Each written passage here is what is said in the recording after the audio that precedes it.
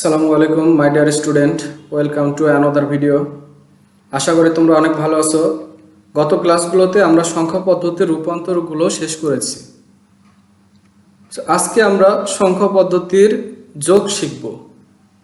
আমি তোমাদেরকে একটা জেনারেল নিয়ম শিখাই দেব, সেটার উপর ভিত্তি করে তুমি বাকি সংখ্যা পদ্ধতির যোগগুলো করতে পারবে।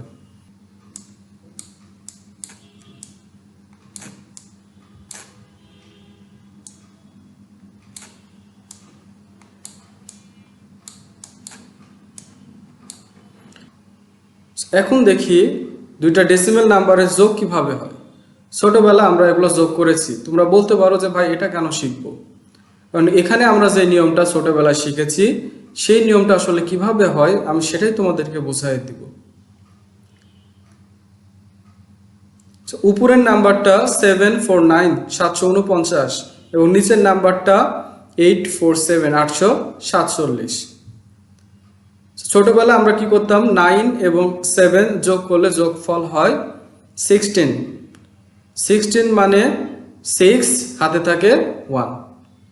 সো এখানে কেন 16 মানে 6 এবং হাতে থাকে 1 সেটা ছোটবেলায় আমাদেরকে কেউ ব্যাখ্যা করে শেখায়নি। সো এটা কিভাবে আসে, 9 এবং 7 যোগ করলে হয় 16।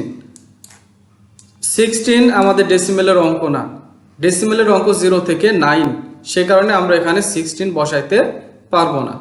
তাহলে কি করব, 16 থেকে ডেসিমেলের ভিত্তি 10 বিয়োগ করব। 16 থেকে ডেসিমেলের ভিত্তি 10 বিয়োগ করলে বিয়োগফল হয় 6। এখন দেখি 6 আমাদের ডেসিমেলের অঙ্ক 0 থেকে 9 এর মধ্যে আছে, তাহলে আমরা এখানে 6 বসাইতে পারবো। যেহেতু আমরা ভিত্তি থেকে একবার বিয়োগ করেছি সে কারণে হাতে থাকবে 1। সো হাতের 1 এবং নিচে 4-এর সাথে যদি যোগ হয় তাহলে যোগফল 5, এবং 5 এর সাথে উপরে 4 যোগ করলে হয় 9। যেহেতু 9 আমাদের ডেসিমেলের অঙ্ক, সো আমরা এখানে 9 বসাইতে পারবো। হাতে কিছু আছে? নেই, কারণ আমরা এখানে ভিত্তি থেকে বিয়োগ করিনি। এবার আসি 7 এবং 8 যোগ করলে হয় 15। তাহলে 15 তো আমরা এখানে বসাইতে পারবো না। কেন? কারণ 15 আমাদের ডেসিমেলের অঙ্ক নয়। যখন কোনো যোগফল ডেসিমেলের অঙ্ক 9-এর চেয়ে বড় হয়ে যাবে তখন আমরা সেটা থেকে ডেসিমেলের ভিত্তি 10 বিয়োগ করব। 15 থেকে 10 বিয়োগ করলে বিয়োগফল হয় 5। সেখানে আসবে 5। যেহেতু আমরা একবার ভিত্তি থেকে বিয়োগ করেছি সে কারণে হাতে থাকবে 1। ওই 1টা আমাদেরকে বাম পাশে ক্যারি হিসেবে বসায় দিতে হবে। তাহলে আমাদের অ্যান্সার কি, 1596। সো যদি তুমি এই যোগফলটা বুঝতে পারো তাহলে আশা করছি বাকি যে 3টা সংখ্যা পদ্ধতির যোগফল আছে সেটা তুমি নিজেই বের করে ফেলতে পারবে। তো তাহলে আমরা বাকিগুলো যোগফলগুলো দেখি কিভাবে হয়। এখন আমরা দেখব বাইনারি যোগ। আশা করছি তুমি বাইনারি যোগটা নিজেই করতে পারবে, সেই কারণে ভিডিওটা তুমি পজ করবে, করে যোগফলটা বের করো। যদি না পারো তাহলে আমি করে দিব, তারপরে সেটার সাথে তুমি অ্যান্সার মিলাবে। সো এখানে খেয়াল করো, ডান দিক থেকে আমরা যোগ করব। সো এখানে খেয়াল করো, ডান দিকে 1 এবং 1 আছে। 1 এবং 1 যোগ করলে হয় 2। 2 তো আমরা এখানে বসাতে পারবো না, কারণ আমাদের বাইনারির অঙ্ক 0 এবং 1। সো 2 থেকে আমরা বাইনারি ভিত্তি 2 বিয়োগ করব। 2 থেকে 2 বিয়োগ করলে হয় 0। সো আমরা 0 বসালাম। এরপরে আছে 1 0 এবং হাতের 1 যোগ করলে কত হয় 2। 2 থেকে আবার আমরা বাইনারি ভিত্তি 2 বিয়োগ করব, তাহলে কত আসবে 0। হাতে থাকে 1, যেহেতু আমরা একবার ভিত্তি বিয়োগ করেছি। এবার 1 1 এবং হাতের 1 যোগ করলে হয় 3। 3 তো আমরা এখানে বসাতে পারবো না। 3 থেকে বাইনারি ভিত্তি 2 বিয়োগ করলে হয় 1। যেহেতু একবার আমরা ভিত্তি বিয়োগ করেছি তাহলে হাতে কত আছে 1। সো 1 0 এবং হাতের 1 যোগ করলে হয় 3। 3 থেকে আমরা আবার 2 বিয়োগ করব, তাহলে কত হয় 0। যেহেতু আমরা ভিত্তি বিয়োগ করেছি তাহলে হাতে আমাদের আবার 1 আছে। সো 1 0 এবং হাতের 1 যোগ করলে হয় 2। 2 থেকে আবার 2 বিয়োগ করলে হয় 0। হাতে 1 আছে। 1 1 এবং হাতের 1 যোগ করলে হয় 3। 3 থেকে যদি আমরা 2 বিয়োগ করি তাহলে 1। এবার আসি, যেহেতু ভিত্তি বিয়োগ করেছি তার মানে হাতে 1 আছে, 1 0 এবং হাতের 1 যোগ করলে হয় 2, 2 থেকে 2 বিয়োগ করলে হয় 0। এবার 1 1 এবং হাতের 1 যোগ করলে হয় 2, 2 থেকে 2 বিয়োগ করলে হয় 1 1 এবং হাতের 1 যোগ করলে হয় 3, 3 থেকে 2 বিয়োগ করলে হয় 1। এবার 0 1 হাতের 1 যোগ করলে হয় 2, 2 থেকে 2 বিয়োগ করলে হয় 0। এভাবে বাম দিকে আমরা যোগ করব এবং যোগফলটা বসাবো, হাতের একটা পরবর্তীটার সাথে যোগ করব করে যোগফল বসাবো। লাস্টে দেখো 1 1 এবং হাতের 1 যোগ করলে হয় 3, 3 থেকে 2 বিয়োগ করলে হয় 1 এবং হাতের 1 থাকে, ওই হাতের 1টা আমাদেরকে বাম পাশে বসায় দিতে হবে। তাহলে এটা হচ্ছে আমাদের দুইটা বাইনারি সংখ্যার যোগফল। সো আশা করি তোমরা বুঝতে পেরেছো। তাহলে এবার আমরা অক্টাল যোগ করব। তোমরা অক্টাল দুইটা নাম্বার তুলে আগে নিজে যোগ করবে, তারপরে অ্যান্সারের সাথে অ্যান্সার মিলাবে। যদি পারো তাহলে ধন্যবাদ, আর যদি না পারো তাহলে আবার তোমরা মনোযোগ দিয়ে দেখবে। সো অক্টালের যোগ, যখন যোগফল 0 থেকে 7 এর উপরে চলে যাবে তখন অক্টালের ভিত্তি 8 থেকে আমরা ওই সংখ্যাটা বিয়োগ করব। সো 6 এবং 5 যোগ করলে হয় 11। সো 11 থেকে অক্টালের ভিত্তি 8 বিয়োগ করলে হয় 3। সো আমরা 3 বসালাম। এবার যেহেতু অক্টালের ভিত্তি 8 বিয়োগ করেছি একবার, সো আমাদের হাতে আছে 1, অর্থাৎ যতবার আমরা বিয়োগ করব আমাদের হাতে তত থাকবে। সো যেহেতু হাতের 1 আছে, ওই 1টা পরবর্তীটার সাথে যোগ হবে। 1 7 এবং হাতের 1 যোগ করলে হয় 9, 9 থেকে 8 বিয়োগ করলে হয় 1। 4 3 এবং হাতের 1 যোগ করলে হয় 8, 8 থেকে 8 বিয়োগ করলে হয় 0। সো যেহেতু আমাদের হাতে 1 আছে, 4 2 2 এবং হাতের 1 যোগ করলে হয় 5। তারপর আছে 3 এবং 1 যোগ করলে হয় 4, 4 7 যোগ করলে 4, 7 4 যোগ করলে হয় 11, 11 থেকে 8 বিয়োগ করলে হয় 3। যেহেতু একবার আমরা ভিত্তি বিয়োগ করেছি তাহলে হাতে 1 আছে, 4 আর 5 9 আর হাতের 1 যোগ করলে 10, 10 থেকে 8 বিয়োগ করলে কত হয় 2। হাতে 1 আছে, 6 2 এবং হাতের 1 যোগ করলে হয় 9, 9 থেকে 8 বিয়োগ করলে হয় 1, 1 1 এবং হাতের 1 যোগ করলে হয় 3। সো এটা আমাদের অক্টালের যোগফল। সো এখন আমরা দেখব হেক্সাডেসিমালের যোগ কিভাবে করতে হয়।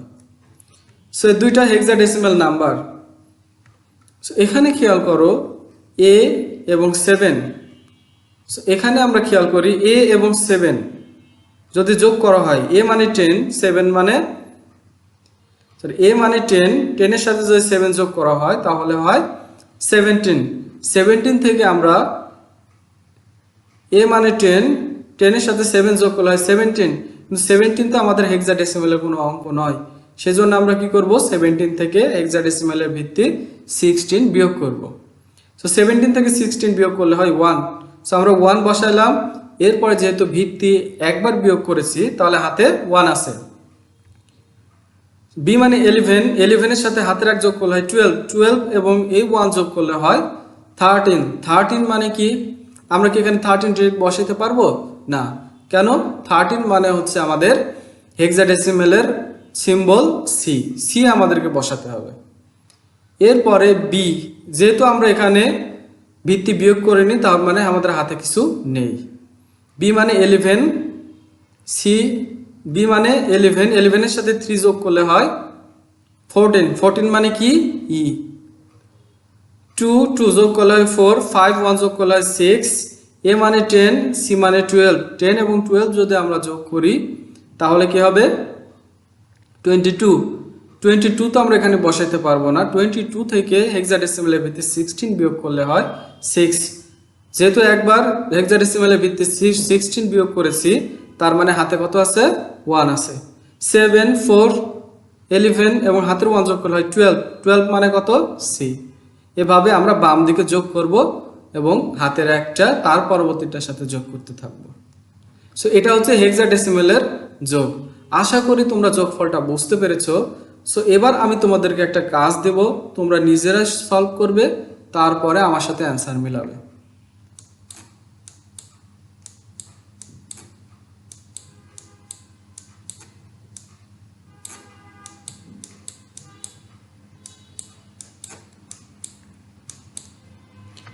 এখন এই বাইনারি সংখ্যাটা যদি আমরা যোগ করি তাহলে কি হবে?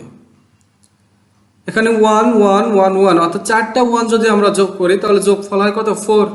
4 তো আমরা এখানে বসাতে পারবো না, কেন? কারণ 4 আমাদের বাইনারির অঙ্ক নয়। সো আমরা কি করব? 4 থেকে বাইনারি ভিত্তি 2 বিয়োগ করব। 4 থেকে 2 বিয়োগ করলে হয় 2। 2 তো আমি এখানে বসাতে পারবো না, তাহলে 2 থেকে বাইনারি ভিত্তি যদি আবার 2 বিয়োগ করি তাহলে কত হবে? 0।